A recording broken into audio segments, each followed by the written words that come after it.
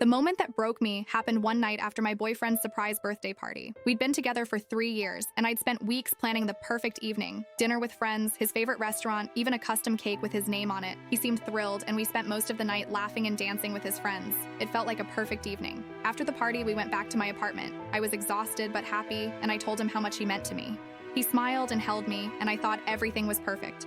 But then his phone buzzed. He glanced at it, then put it back in his pocket. But something about his reaction caught my attention. He looked guilty. I couldn't help but feel that something was off. I brushed it off, convincing myself I was just overthinking things. Later, when he was in the shower, his phone buzzed again. I don't know why I looked, but I did. I wish I hadn't.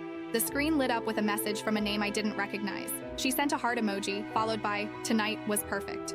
My stomach dropped. I quickly scrolled through his recent texts, and it didn't take long to realize what was going on. There were months of messages between them, each one more affectionate than the last. They'd been seeing each other for nearly half a year. When he came out of the shower, he saw the look on my face and knew I knew. He didn't even try to deny it. He just shrugged and said, "I didn't think you'd ever find out." That was all. No apology, no remorse, just a blank look, as if it were no big deal. I felt crushed. I had spent so much time, energy, and love on someone who saw me as disposable. That night, he left, taking nothing but his phone, and I sat there, surrounded by the leftover decorations from the party I had thrown for him. I realized I had been loving someone who was never truly there with me.